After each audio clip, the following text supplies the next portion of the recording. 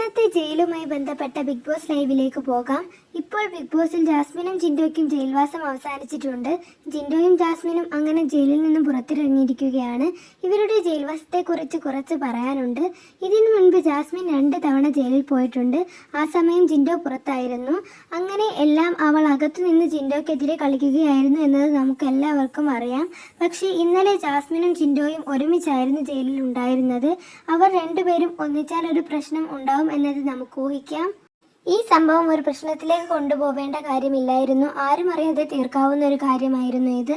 ഉറങ്ങിക്കിടന്ന ജിൻഡോയെ വിളിച്ചുണർത്തിയാണ് ജാസ്മിൻ ഒരു പ്രശ്നം ക്രിയേറ്റ് ചെയ്തത്.